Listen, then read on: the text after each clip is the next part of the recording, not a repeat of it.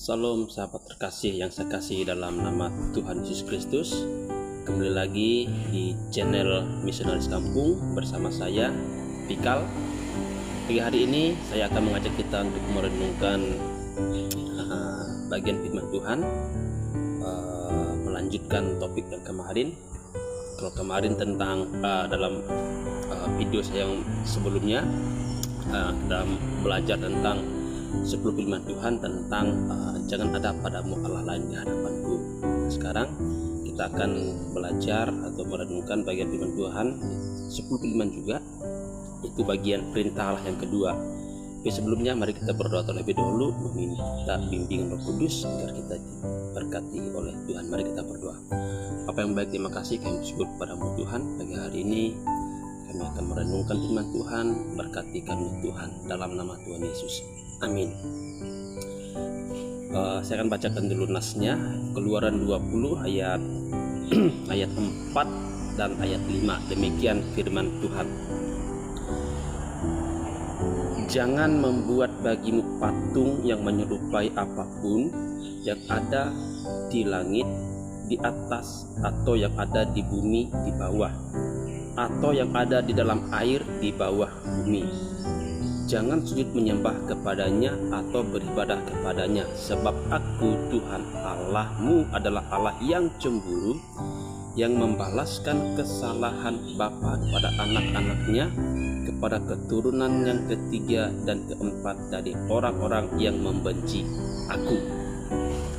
Sahabat yang saya kasih dalam nama Tuhan Yesus Kristus, pagi hari ini kita akan belajar merenungkan firman Tuhan, yaitu perintah Allah yang kedua, yaitu jangan membuat bagimu patung yang menyerupai apapun.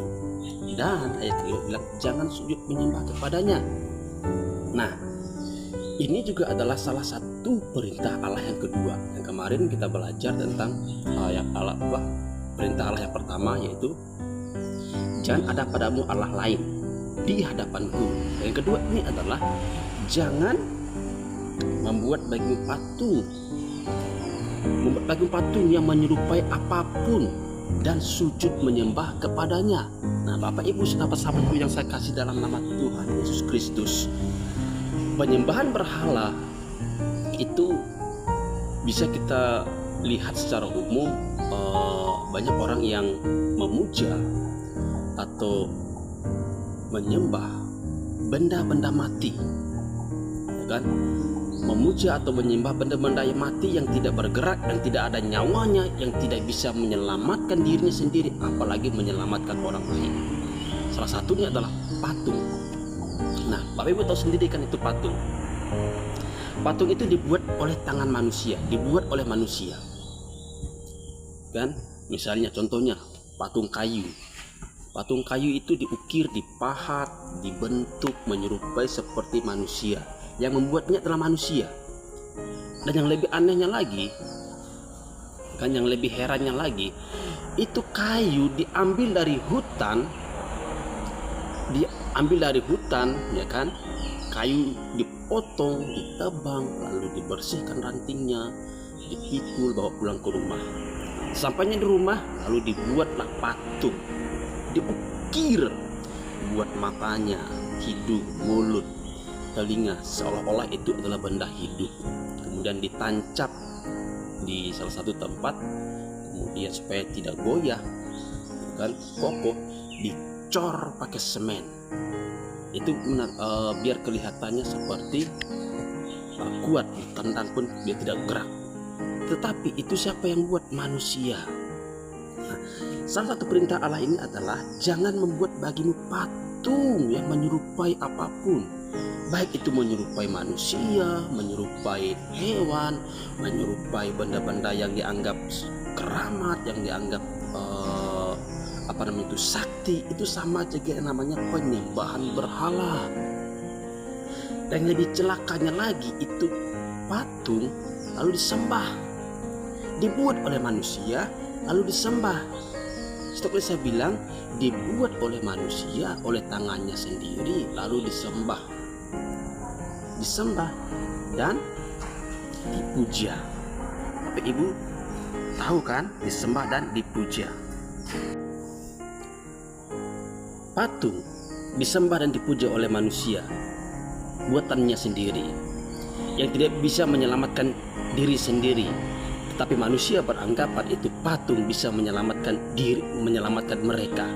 Ironisnya, ketika patung itu dibakar, dicincang, dihancurkan, itu patung tidak bisa berteriak, "Tolong, tolong saya."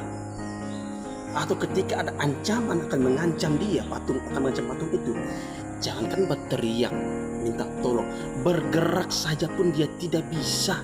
Kenapa? Karena benda mati. Tapi tadi saya bilang ironisnya, manusia masih mempercayai patung itu, buatannya itu bisa menyelamatkan manusia. Berarti ini apa? Pembodohan terhadap diri sendiri dan pembodohan terhadap massa, terhadap semua orang. Kan? Ada 5 huruf saya bilang, B, O, D, O, H. Jadi apa? Kalau kita membuat patung, kalau kita menyembah patung yang itu adalah benda mati, tidak menyelamatkan dirinya sendiri, apalagi. Nah, manusia menyembah patung yang tidak bisa menyelamatkan dirinya sendiri. Dan ironisnya, manusia beranggapan patung itu dapat menyelamatkan mereka. Nah, sahabat-sahabat yang saya kasih dalam nama Tuhan Yesus Kristus, melalui firman Tuhan ini kita diingatkan bahwa segala bentuk penyembahan berhala, segala bentuk patung yang dianggap bisa menyelamatkan kehidupan umat manusia, itu adalah pelanggaran kepada perintah Allah. Yaitu yang kedua, jangan membuat bagimu patung yang menyerupai apapun, entah itu seperti manusia, seperti hewan, atau seperti benda-benda yang dianggap dapat menyelamatkan. Itu tidak, sangat-sangat tidak ada faedahnya. Kenapa? Saya bilang tadi dari awal, karena itu buatan tangan manusia, diukir, dibentuk dengan rupa demikian, ya kan? Mungkin kalau dia mau buat dia seperti cantik, ganteng, itu mungkin dikasih dandan, alis dan lain sebagainya, gitu kan? Itu sama juga, tetap itu benda mati. Tapi siapa yang menyelamatkan? Yaitu Tuhan Allah yang hidup, yang menjadikan dunia ini dengan segala isinya. Jadi jika Bapak Ibu melihat video ini, renungan ini, menonton renungan ini, diberkatilah Bapak Ibu. Dan jika Bapak Ibu selama ini masih percaya kepada namanya penyembahan berhala, dan melalui video yang Bapak Ibu lihat pada kali ini, agar Bapak Ibu kembali bertobat dan percaya hanya kepada Tuhan. Tinggalkan penyembahan berhala, tinggalkan patung-patung buatan Bapak Ibu yang dianggap menyelamatkan itu, karena itu hanyalah benda mati. Yang menyelamatkan adalah Tuhan Yesus Kristus yang sudah berkorban, mati di kayu salib, bangkit pada hari yang ketiga, naik ke sorga, menyediakan tempat bagi orang percaya, yaitu sorga. Dan biarlah melalui renungan yang singkat pada hari ini, kita semua diberkati oleh firman Tuhan. Tuhan Yesus memberkati. Kita berdoa. Terpujilah Engkau Allah kami yang hidup, Bapa yang kekal, pencipta langit dan bumi. Kami sudah belajar dan merenungkan firman Tuhan pada pagi hari ini. Berkati Bapak Ibu, sahabat-sahabat yang mendengar dan melihat, dan diberkatilah mereka. Dalam nama Tuhan Yesus Kristus kami berdoa. Amin.